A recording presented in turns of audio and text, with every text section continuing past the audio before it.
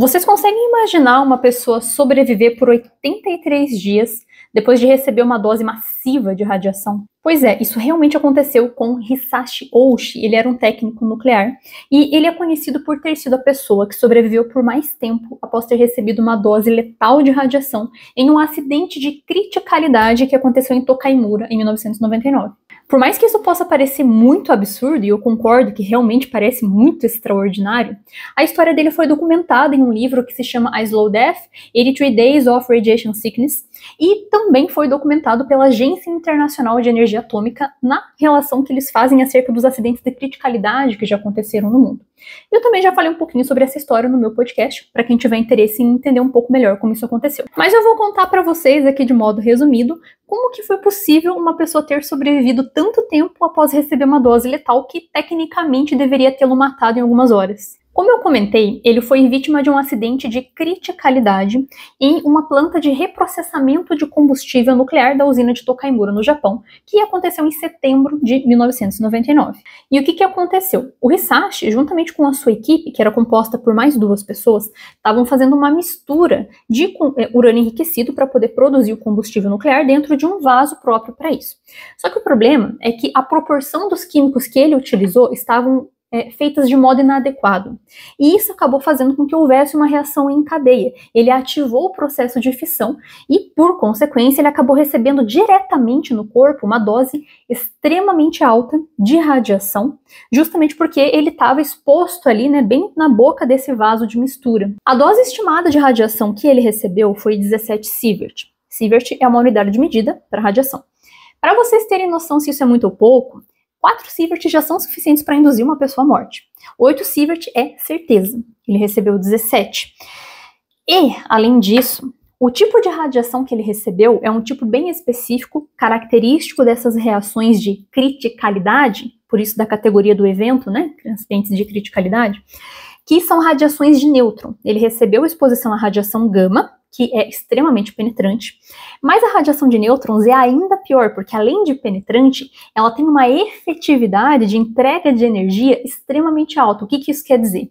Que essa radiação passa pela carne e entrega toda a sua energia, causando muito dano biológico. Mas, curiosamente, depois do evento, ele não desmaiou. Ele continuou consciente, inclusive ele foi atendido rapidamente pela equipe médica e encaminhado ao hospital. Quando a equipe médica viu Hisashi conversando após receber uma dose tão letal de radiação, parecia muito absurdo. Mas isso faz muito sentido quando a gente pensa do ponto de vista de radiobiologia, ou seja, o efeito da radiação no corpo humano. Por quê? Porque o cérebro é um dos órgãos mais resistentes a efeitos da radiação. Isso porque tem relação com o tipo de célula que compõe esse tecido, um tipo de célula muito resistente a efeitos radioinduzidos. Então, faz muito sentido que a maior parte das vítimas relacionadas à exposição à radiação permaneçam conscientes até quase o momento final ali, de realmente falecer. Só que, apesar dele estar consciente, o dano que o organismo dele recebeu realmente é irreparável. Por quê? Quando a gente recebe uma dose muito alta de uma vez só de corpo inteiro, como foi o caso do Hisashi, o nosso organismo entra em colapso e desenvolve um negócio que chama síndrome aguda das radiações. Então, os sistemas que compõem nosso organismo vão entrando em falência e, como eu comentei, quanto maior é a dose de exposição à radiação, mais rápido o nosso organismo vai entrando nessa falência e vai parando de funcionar. Como eu comentei, nos primeiros momentos o Hisashi estava consciente, estava conversando, aparentemente estava se sentindo relativamente bem, só que os efeitos que a radiação causaram no organismo dele, a nível celular, ou seja, um nível que você não sente, já aconteceram. Começaram a partir daí a dar sequência. E aí, naturalmente, a síndrome aguda foi seguindo o seu curso natural. Ao longo dos dias, o Hisashi já começou a apresentar problemas de pele, lesões na pele que parecem queimaduras, mas a gente chama de eritema, começa a descamar, ele já começou a sentir complicações no sistema imunológico, complicações no trato gastrointestinal, que é bem característico. Mas acho que o mais surpreendente de tudo é o fato do quadro dele ter se estendido por 83 dias, porque normalmente para uma pessoa que sofre com essa condição de exposição de radiação de alta dose de corpo inteiro, que desencadeia a síndrome aguda das radiações, geralmente é no máximo um mês, 30 dias. Então ele conseguiu extrapolar isso, ele conseguiu sobreviver quase 3 meses, isso é realmente fascinante. Naturalmente, essa extensão no prazo de vida dele se deve ao tratamento médico que ele recebeu, que realmente foi de altíssima qualidade. Os médicos tentaram todo tipo de intervenção possível, transplante de medula, medicamentos para tentar fazer estimulação de crescimento de tecido, antibiótico, só que realmente não tem como reverter esse tipo de quadro. Síndrome aguda das radiações é letal.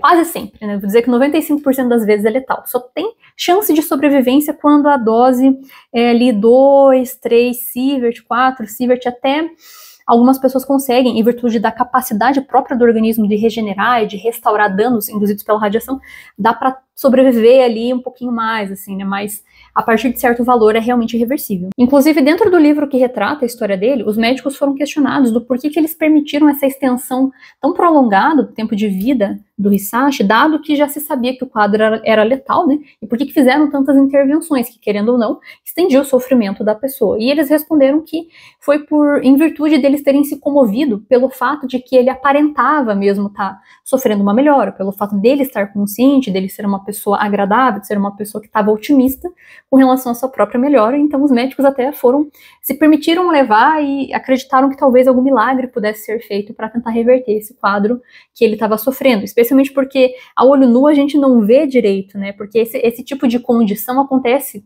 por dentro do organismo, então é uma morte que faz com que a pessoa se deteriore de dentro para fora. Então isso deu uma certa esperança para a equipe médica. E de fato, né, então 83 dias após todo esse sofrimento, o Hisashi acabou tendo uma parada cardíaca e acabou, né, falecendo em 21 de dezembro de 1999. E por mais surpreendente que isso pareça, como eu mencionei, realmente é uma história verídica, mas é importante pontuar que eu já vi na internet que tem uma foto aí de uma pessoa extremamente deteriorada, como que em carne viva, que o pessoal posta aí no Google. Eu não vou colocar aqui, senão o meu vídeo vai cair. Mas se vocês forem procurar, eles correlacionam como se fosse, mas essa foto não é do Hisashi, tá? Como eu comentei, os efeitos da síndrome acontecem de dentro para fora, então aquela imagem não é real, tanto que não consta no livro da narrativa da história dele, tampouco nos registros da Agência Internacional de Energia Atômica, então vale pontuar.